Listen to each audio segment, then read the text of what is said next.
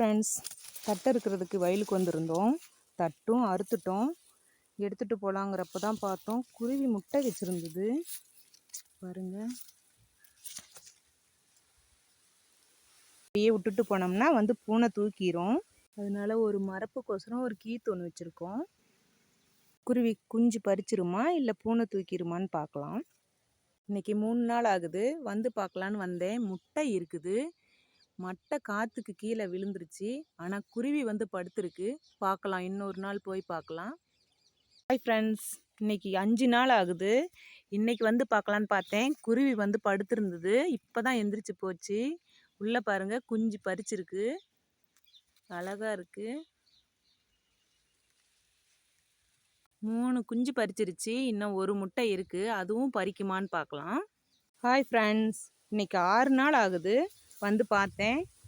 குஞ்சு இருக்கு. 3 குஞ்சு தான் இருக்கு. அவங்க அம்மா தீனி கொண்டு வருவாங்கன்னு எதிர்பார்த்துட்டு இருக்காங்க. ஆனால் அந்த ஒரு முட்டை பறிக்கவே இல்லை, அப்படியே தான் இருக்கு.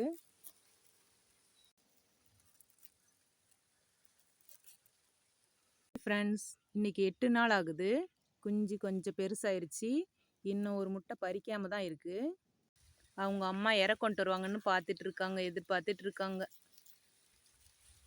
ஹாய் ஃப்ரெண்ட்ஸ், இன்னைக்கு 10 நாள் ஆகுது. நேற்று மழை அதிகமாக இருந்ததுனால 2 குஞ்சு காக்கா தூக்கிருச்சா என்னன்னு தெரியல. இப்போ ஒரு குஞ்சு தான் இருக்கு. முட்டையெல்லாம் கீழே விழுந்துருச்சு.